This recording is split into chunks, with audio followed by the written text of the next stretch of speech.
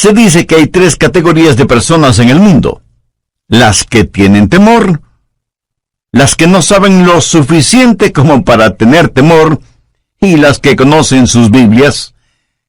Y quiero hablar de este tercer grupo. Sigamos leyendo 2 Tesalonicenses 1, desde la segunda parte del verso 7 y en adelante. Cuando se manifieste el Señor Jesús desde el cielo con los ángeles de su poder, en llama de fuego, para dar retribución a los que no conocieron a Dios, ni obedecen el Evangelio de nuestro Señor Jesucristo, los cuales sufrirán pena de eterna perdición, excluidos de la presencia del Señor y de la gloria de su poder, cuando venga en aquel día para ser glorificado en sus santos, y ser admirado en todos los que creyeron, por cuanto nuestro testimonio ha sido creído entre vosotros. Mi amigo, esta porción bíblica está saturada de increíbles verdades. ¿Cuál es la esperanza del mundo? No es la política, ni el gobierno, ni la ciencia, ni la educación, ni siquiera la religión. Con todo mi corazón creo que la única esperanza para este mundo es la segunda venida del Señor Jesucristo. ¡Qué glorioso será el día de su segunda venida, cuando será coronado como Rey de Reyes y Señor de Señores! En la actualidad su señorío está encubierto. Más bien yo diría que está siendo ignorado. Cuando Él vino la primera vez, vino como el humilde Nazareno. Cuando venga por segunda vez, vendrá como Rey, como Señor, y vendrá para ser glorificado y admirado por sus santos. Aquel que fue despreciado, ridiculizado, golpeado, flagelado, coronado con espinas, clavado en una cruz y enterrado en una tumba ajena, es el que vendrá por segunda vez. Y aunque su segunda venida será horrorosa para sus enemigos, será un día de gloria para sus hijos y sus hijas. Los santos de todas las edades, al pensar en su segunda venida, no dejaron de orar: ven pronto, Señor Jesús. En el verso 7 leemos: cuando se manifieste el Señor Jesucristo. Note que el apóstol no dice si es que, sino que dice ¿cuándo? No como pregunta, sino como confirmación. Ahora, ¿cuándo será eso? Jesús regresará en el momento preciso. La Biblia dice que Jesús vino la primera vez en el cumplimiento del tiempo. Ni un minuto antes ni un minuto después. De la misma manera, su segunda venida será a tiempo. Busque Malaquías 4:2. Mas a vosotros los que teméis mi nombre, nacerá el sol de justicia, y en sus alas traerá salvación. Déjeme decirle algo acerca de este sol de justicia. Usted no puede ni acelerar ni detener la salida del sol, ¿verdad? Pues así será la segunda venida del Señor. No podemos ni acelerarla ni detenerla, pero un día Él vendrá nuevamente. Abrirá la cortina de la mañana y alumbrará al mundo con la dorada luz de su segunda venida. Piense conmigo en lo maravilloso de esa mañana. Mire el verso 10 de 2 Tesalonicenses 1. Cuando venga en aquel día para ser glorificado en sus santos. La palabra glorificado en el original griego conlleva la idea de admiración, de asombro. Piense en lo que vamos a ver que causará nuestra admiración, nuestro asombro. Vamos a ver la realidad de su amor transformador. Aquellos que fueron necios y odiaron a Dios serán conquistados por su soberano amor. Aquellos que fueron ciegos espirituales, sus ojos serán abiertos al glorioso esplendor del Evangelio del Señor Jesucristo. Los que estaban esclavizados por los demonios de la lujuria sexual, o el licor, o las drogas, o lo que sea, serán liberados y justificados. Vemos a todos los santos de Dios resucitar con cuerpos glorificados. Cuerpos como el del Señor Jesús. Y lo veremos como rey, como profeta, como sacerdote, y no habrá vestigio de pecado en nosotros. De todas estas cosas nos admiraremos y asombraremos cuando Jesús venga por segunda vez. Pero no solo nos maravillaremos de su amor transformador, sino que también de su gracia salvadora. Pablo les dice a los tesalonicenses: cuando venga en aquel día para ser glorificado en sus santos y ser admirado en todos los que creyeron. ¿Qué es lo que nos capacita para ser arrebatados y transformados de esta manera? No por nada de bueno que hayamos hecho, sino como la Biblia lo dice tan sencilla pero sublimemente, por haber creído en el Señor Jesucristo. Su amor es el amor transformador que provocará nuestro asombro, y su gracia salvadora será motivo de nuestra alabanza. Ahora ponga su atención en la frase «en todos los que creyeron». Piensa en eso. Ninguno de ellos se perderá. Ningún hijo o hija de Dios se perderá. Cuando Jesús nos salva, Él nos guarda y protege. Jesús dijo: «Yo les doy vida eterna, y no perecerán jamás, ni nadie las arrebatará de mi mano». Y no debemos pensar solo en lo maravilloso de su venida, sino también en el testimonio de su venida. Pablo, al escribir a los hermanos en la iglesia de Tesalónica, les estaba dando su testimonio. Hermanos, aquel Jesús que vino, vendrá otra vez. Y ellos creyeron ese testimonio. Pero Pablo constantemente testificaba sobre la segunda venida del Señor. Ese era uno de los puntos fuertes de su predicación, y los hermanos recibieron el testimonio del apóstol. El apóstol les dijo: «Les hemos dado testimonio a ustedes que creen». ¿Sabe usted cuál será mi mayor gozo cuando esté en el cielo? El ver a personas a las cuales tuve el privilegio de presentarles al Señor Jesucristo. Yo no quiero ir al cielo sin haber hablado a nadie de Cristo. Eso sería una vida totalmente desperdiciada, ¿no le parece? De eso está hablando Pablo, de la segunda venida de Cristo, cuando Jesús nos será revelado como Rey y Señor, de que Él vendrá y será admirado por sus santos, y que nuestro testimonio como creyentes debe mostrar que creemos más en lo que dice la palabra de Dios que lo que dicen los periódicos y las revistas. Pero Pablo dice algo más. No solo que usted necesita no atribularse, sino que la segunda verdad es la siguiente: usted no debe dejarse atrapar. No debe dejarse engañar. Busque 2 Tesalonicenses 2 desde el verso 1. Pero con respecto a la venida de nuestro Señor Jesucristo y nuestra reunión con Él, os rogamos, hermanos, que no os dejéis mover fácilmente de vuestro modo de pensar, ni os conturbéis ni por espíritu, ni por palabra, ni por carta como si fuera nuestra, en el sentido de que el día del Señor está cerca. Nadie os engañe en ninguna manera. Ahora, lo que sucedía en la iglesia de Tesalónica es que había una diabólica decepción. Alguien había escrito una carta falsa, firmada con el nombre del apóstol, diciendo que el rapto ya se había realizado y que ahora estaban viviendo en el día del Señor. Y el día del Señor significa tribulación. Y estos hermanos estaban sufriendo porque creían que el rapto ya había sucedido y que ellos habían sido dejados. Por eso el apóstol está desenmascarando esa diabólica mentira y les pide que no se dejen engañar.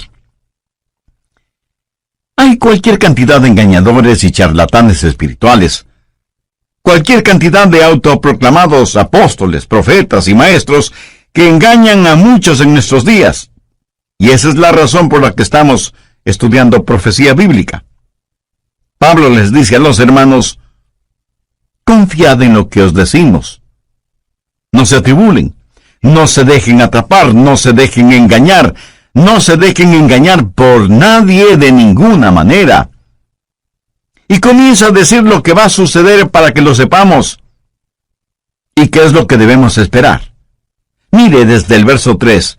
Nadie os engañe de ninguna manera, porque no vendrá sin que antes venga la apostasía, y se manifieste el hombre de pecado, el hijo de perdición, el cual se opone y se levanta contra todo lo que se llama Dios o es objeto de culto, tanto que se sienta en el templo de Dios como Dios, haciéndose pasar por Dios. ¿No os acordáis que cuando yo estaba todavía con vosotros, os decía esto? Aquí Pablo comienza a hablar de la venida del anticristo, llamado también la bestia, el hombre de pecado, el malvado, el hijo de perdición, y el juicio de Dios viene sobre él.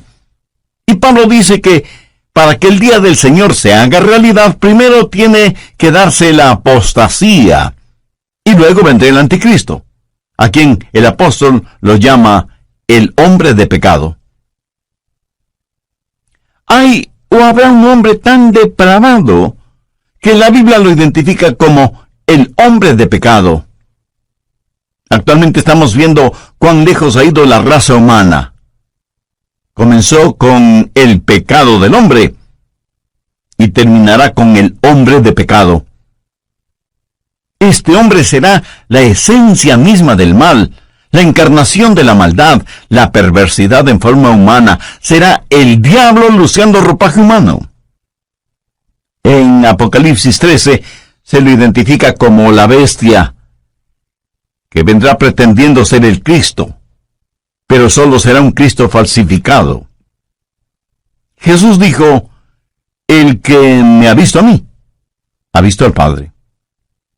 Cuando el anticristo, la bestia, el hijo de perdición, el hombre de pecado, venga, dirá igualmente: el que me ha visto a mí, ha visto a mi Padre, porque será la encarnación de Satanás. ¿Y qué es lo que él va a hacer? Mire el verso 4. Se opone y se levanta contra todo lo que se llama Dios o es objeto de culto, tanto que se sienta en el templo de Dios como Dios, haciéndose pasar por Dios. La suprema ambición del diablo es el ser adorado. Mire lo que él dijo en Isaías 14:14. Y seré semejante al Altísimo. ¿Lo ve? Satanás quiere recibir adoración. Por eso se opone a Dios y a todo lo que tiene que ver con Dios, y hasta llegará a sentarse en el templo como si fuera Dios. De paso, quiero decir que esto revela que el templo de Jerusalén será reconstruido. La Biblia enseña que vendrá un tiempo de apostasía, de desviarse completamente de la palabra de Dios, y que durante ese tiempo el hombre de pecado, la bestia, el anticristo, será revelado. Por eso Pablo dice en 2 Tesalonicenses 2:3, nadie os engañe en ninguna manera, porque no vendrá sin que antes venga la apostasía y se manifieste el hombre de pecado, el hijo de perdición. Aquí la palabra manifieste literalmente significa que va a ser expuesto, se va a quitar el velo o cortina que lo oculta. Ahora, si el rapto está cercano, eso quiere decir que el anticristo está ya vivo y presente en algún lugar de nuestro planeta Tierra, y está esperando el momento oportuno para darse a conocer, para quitarse el disfraz. El apóstol Pablo dice claramente que ya está en nuestro mundo el espíritu del anticristo. Anote 2 Tesalonicenses 2, los versos 6 y 7. Y ahora vosotros sabéis lo que lo detiene, a fin de que a su debido tiempo se manifieste. Porque ya está en acción el misterio de la iniquidad, solo que hay quien al presente lo detiene, hasta que él a su vez sea quitado de en medio. Aquí se habla del poder que restringe al diablo. Pablo dice que existe en el mundo un espíritu de iniquidad, y por eso es que la maldad es tan prevalente en nuestros días. Estuvo presente en la época de Pablo, tanto como lo está presente en nuestra época. Estamos enfrentando seres espirituales de maldad que están bien organizados, son inteligentes, invisibles, incansables. La Biblia los identifica como el misterio de iniquidad. Es una conspiración diabólica que se hará más fuerte en los últimos días. liderada por el anticristo. Sin embargo, la Biblia dice que esta conspiración está siendo detenida, restringida. Mire nuevamente el verso 7, porque ya está en acción el misterio de la iniquidad, solo que hay quien al presente lo detiene hasta que él a su vez sea quitado del medio. ¿Quién es el que restringe a Satanás? Verá, Satanás no puede hacer todo lo que hoy quiere hacer, pero que un día sí lo hará. Hay alguien que detiene a ese anticristo, a este superhombre de Satanás, para que no haga todo lo que quisiera hacer este mismo momento. ¿Quién tiene ese poder para restringir las actividades de Satanás? Es el Espíritu Santo, cuyo ministerio es el ayudar a los santos. Pero no solo eso, sino que también debe restringir a Satanás. Así que el ministerio del Espíritu Santo es doble: ayudar a los santos y restringir la obra del diablo. Cuando el rapto se haga una realidad y los creyentes sean arrebatados para encontrarse con el Señor Jesús en el aire, el Espíritu Santo que vive en nosotros será quitado del camino. Verá, la genuina iglesia cristiana ahora mismo, llena del Espíritu Santo, es el gran obstáculo en la supercarretera de Satanás. Al diablo le encantaría ver desaparecer la iglesia. El diablo quisiera detener la difusión de mensajes como este que le estoy entregando ahora mismo. Satanás estaría feliz si nosotros, hijos e hijas de Dios, juntamente con nuestras oraciones y el Espíritu Santo, no estuviéramos en su camino, porque le somos un impedimento para sus planes. La iglesia, llena del Espíritu Santo, es la fuerza que restringe la obra de Satanás en el mundo. Y si usted cree con toda razón que hay extrema maldad en el mundo, imagínese lo que sería y lo que será cuando el Espíritu Santo y la iglesia sean quitados del mundo.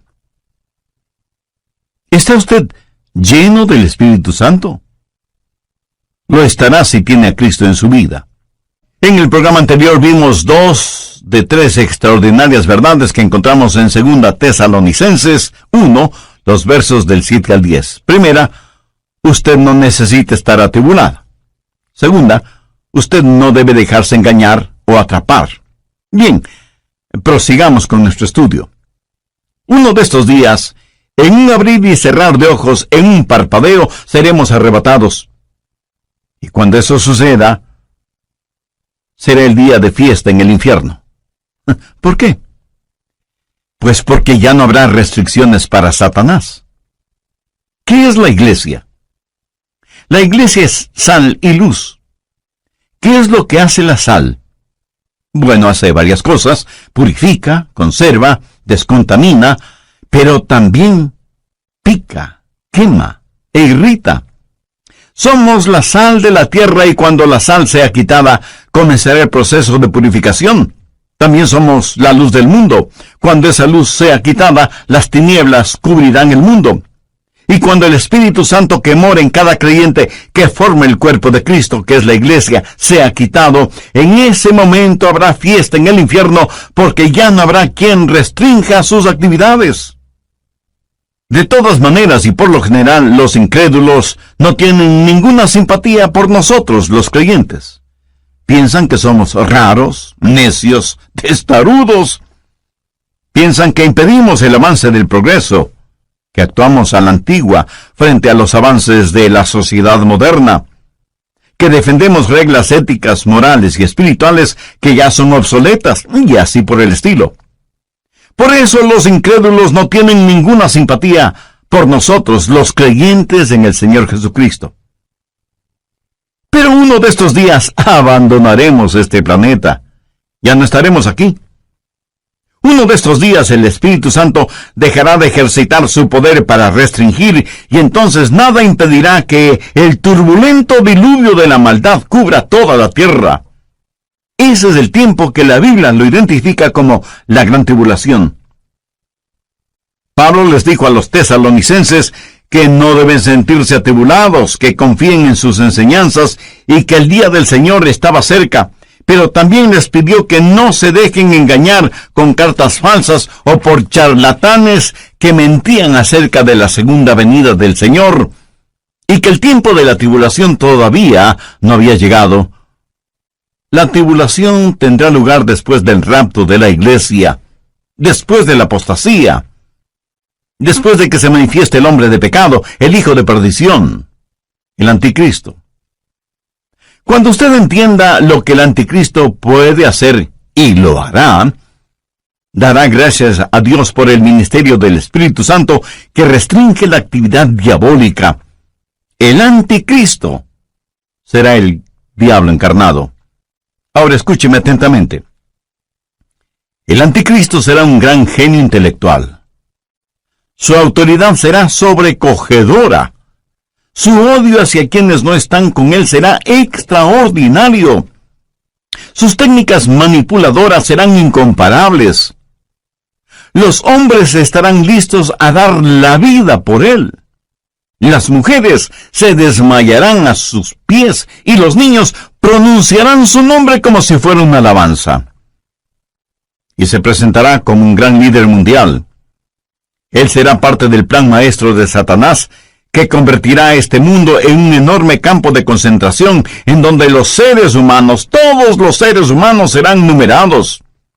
Este número, esta marca, será lo único que permitirá a hombres y mujeres el comprar o el vender. Él será el sumum de los Atilas, los Hitlers, los Stalins, los Idi Amins, los Saddam Husseins, que han existido y que existirán. Piense, la maldad de todos ellos en un solo hombre. Por eso la Biblia lo identifica como el hombre de pecado. Tendrá registrados a todos los seres humanos en una supercomputadora y bajo un régimen del cual no podrán escapar. Y mientras más las máquinas actúan como hombres y más los hombres actúan como máquinas, será evidente la gran tribulación. Habrá días de tortura y de terror. Y quienes no hayan recibido al Señor Jesucristo como Salvador antes de la tribulación, creerán todas las mentiras del anticristo.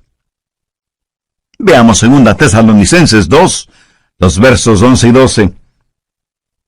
Por esto Dios les envía un poder engañoso para que crean la mentira, a fin de que sean condenados todos los que no creyeron a la verdad, sino que se complacieron en la injusticia. Resumamos un poco lo estudiado hasta este momento. Primero, usted no necesita estar atribulado. Segundo, usted no debe dejarse atrapar o engañar. Tercero, usted no debe abatirse o desanimarse. Mire lo que dice el verso 8. Y entonces se manifestará aquel inicuo a quien el Señor matará con el espíritu de su boca y destruirá con el resplandor de su venida.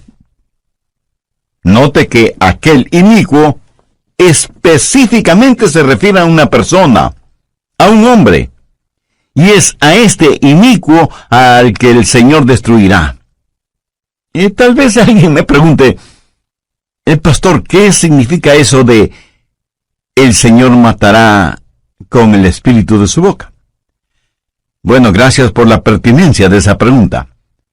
Para contestarla, permítame a mí hacerle una pregunta.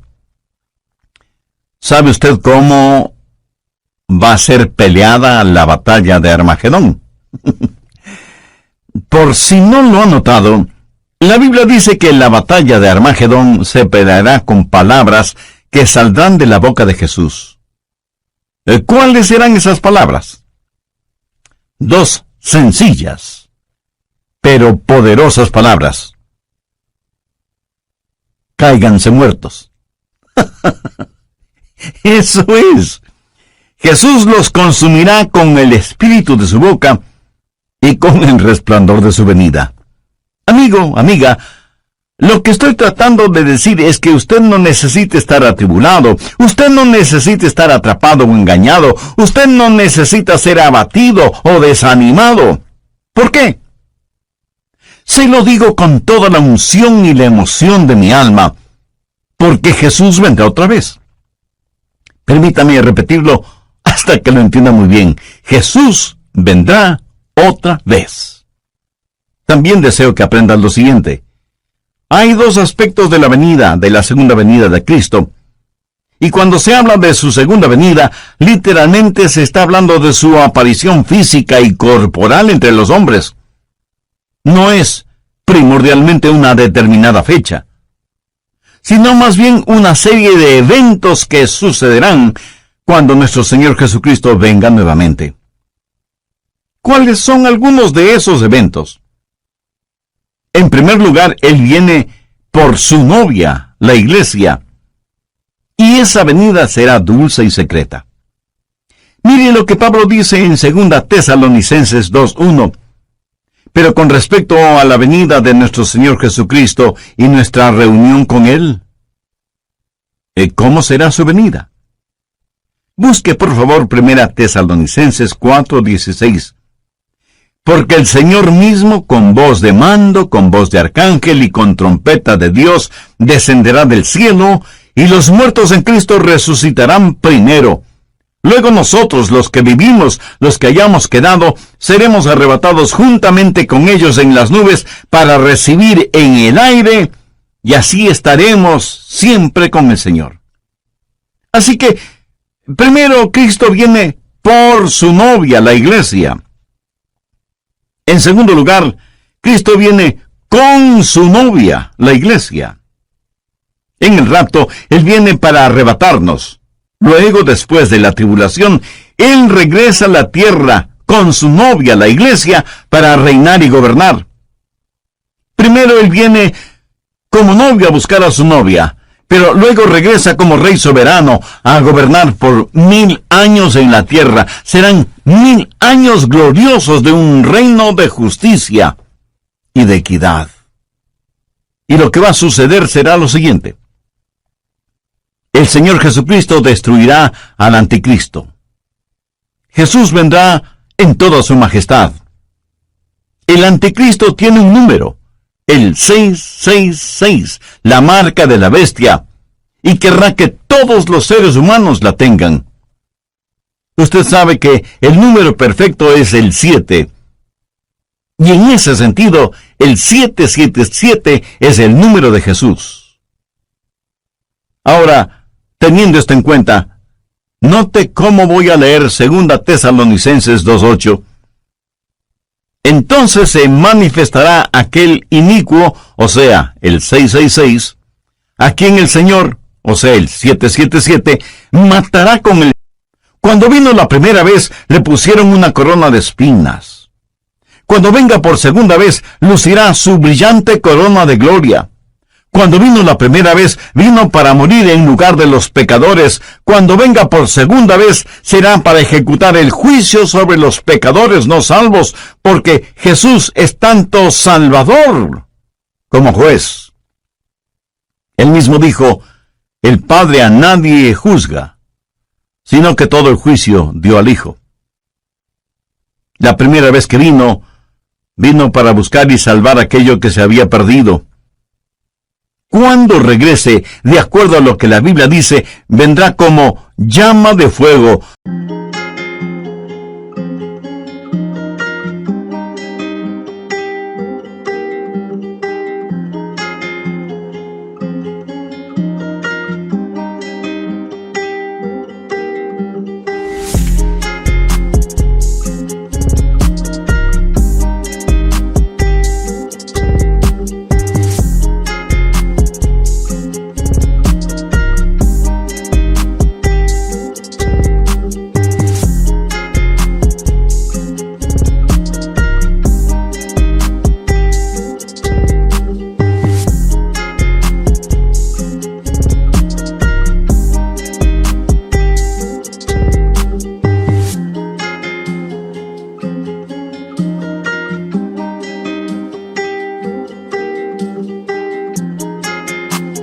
Para dar retribución a los que no conocieron a Dios, ni obedecen el Evangelio de nuestro Señor Jesucristo. Cuando Jesús vino por primera vez, vino en forma absolutamente humilde. Y aun cuando entró triunfalmente en Jerusalén, lo hizo montado en un burro. Pero la próxima vez que venga, será en poder y gloria. La primera vez los hombres le rechazaron, pero la segunda vez se cumplirá lo que ya está escrito. Vivo yo, dice el Señor, que ante mí se doblará toda rodilla y toda lengua confesará a Dios. ¿Qué hemos aprendido de las Escrituras hoy? Espero que por lo menos 3 cosas. No necesitamos estar atribulados, ni atrapados, ni abatidos. Ahora escúcheme. Si yo no conociera la Biblia, si no supiera nada de profecía bíblica, si no entendiera quién es Jesús y cuál es el plan de Dios para nosotros, le puedo asegurar que sería el pesimista más grande del mundo. Este mundo es como una tragedia escrita por Shakespeare o Cervantes. Tragedias en las cuales uno solo es el espectador, porque nada puede hacer, y menos sin Cristo. Pero así es el mundo en que vivimos. Por eso digo que si no fuera por la realidad de Cristo, por la seguridad de su palabra, por el fiel cumplimiento de las profecías, si no fuera por esas cosas, yo sería el campeón de los pesimistas. Pero no.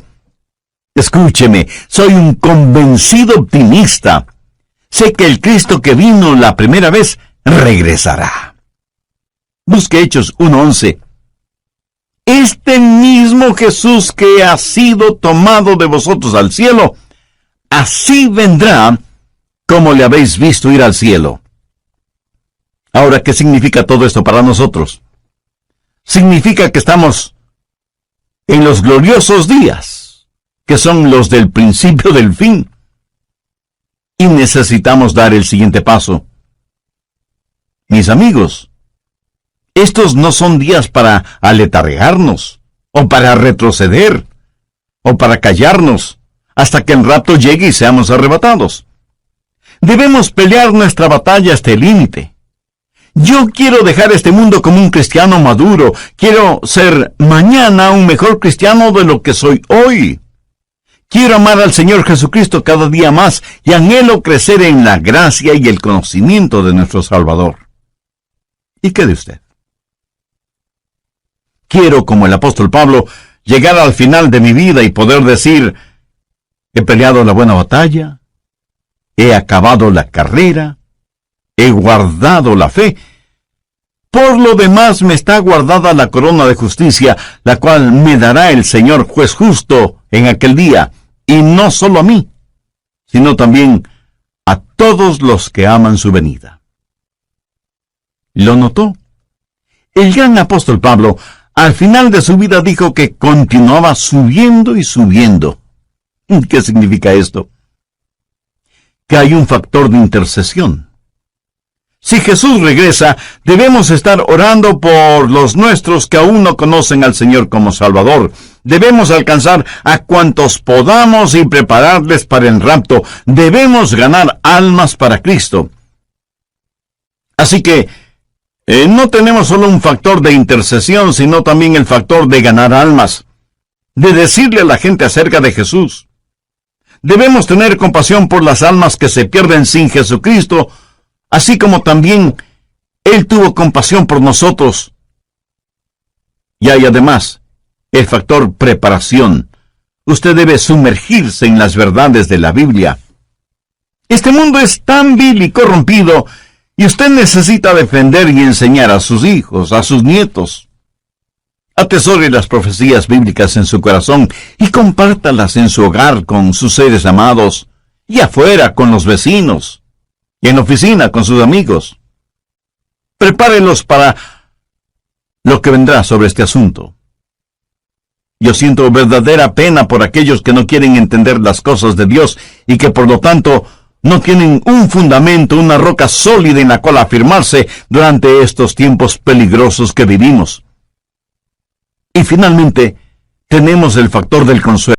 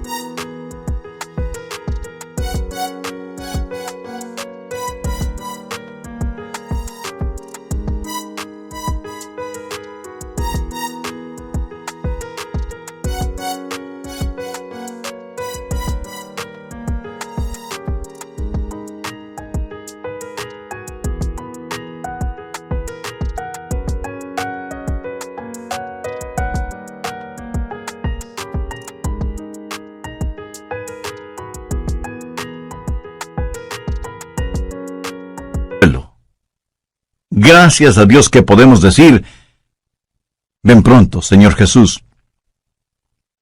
Ahora, si a usted le molesta la realidad del regreso del Señor Jesucristo, eso quiere decir que usted ama las cosas que este mundo ofrece y consecuentemente no ama a Jesús. Porque si usted amara a Jesús, estaría más que anhelante de su segunda venida. ¿Por qué? Porque ese será un día extraordinario cuando Él venga con sonido de trompeta, y en un abrir y cerrar de ojos seremos arrebatados para encontrarnos con el Señor en el aire. Entonces cada uno de los redimidos podrá decir en forma personal lo que en forma tan convencida dijo el rey David: en cuanto a mí, veré su rostro en justicia, estaré satisfecho cuando despierte a su semejanza. ¿No le gustaría a usted también poder decir lo mismo? Y bien puede, si toma una decisión espiritual por Cristo ahora mismo. Si así lo desea, le invito a repetir conmigo una corta oración. Lo que voy a decir es solo para que le sirva de guía, pero usted ore con sus propias palabras. Dígalas en voz alta o en voz baja, o silenciosamente si así lo prefiere. Pero ore con fe, con sinceridad, con convicción, porque esta decisión tendrá repercusiones eternas. Querido Dios, gracias por este mensaje de tu palabra que he podido escuchar. Confieso que no he pensado mayormente en el regreso de Jesús, pero me doy cuenta que eso se debe a que no tengo a Cristo en mi corazón. Sé que soy pecador, y más que tu juicio, necesito tu gracia y tu misericordia. Señor Jesús, tú entregaste tu propia vida en la cruz para pagar la culpa de mis pecados, para perdonarme, limpiarme y darme una nueva y abundante vida. Te invito a que vengas a morar en mi corazón y seas mi Salvador y mi Señor. Ayúdame para ser la clase de persona que tú quieres que sea y dame la fortaleza para que nunca me avergüence de ti o de tu santa palabra. Hazme un instrumento útil y de bendición en tus manos.